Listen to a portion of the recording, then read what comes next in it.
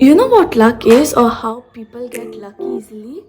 There's a quote which I read recently, which was by Thomas Jefferson. He was the US president, and in that quote, he had said, he framed it this way: I'm a great believer in luck, and I find it that more I work towards it, I find it the harder I work towards it, the more I have of it.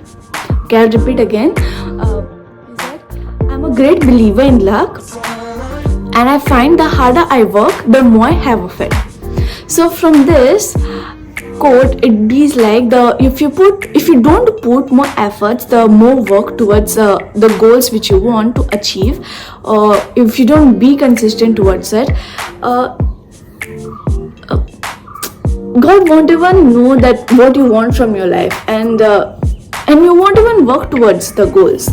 Okay, but if you put that efforts, if you be consistent, if you work each and every day for it, it will eventually turn up to be in your court somehow or the other. Okay, and you will even get the taste of luck. There was a book which I was reading recently. Even in that book, it was written how just habits can change your life, and even the impossible goals which you dreamt of can be achieved if you just state your habits right. So I'll just summarize a paragraph from that book. Okay, and it was like,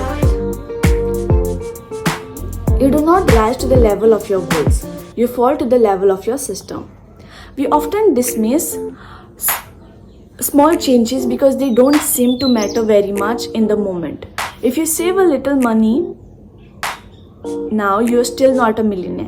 If you go to the gym 3 days in a row, you're still out of shape. If you study Mandarin for an hour tonight, you still haven't learned the language.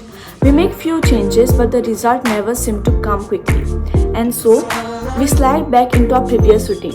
But it's the same as hitting an ice cube. The temperature needs to rise before the cube melts. Breakthrough moments are often the result of many previous actions, which build up to the potential required to unleash a major change.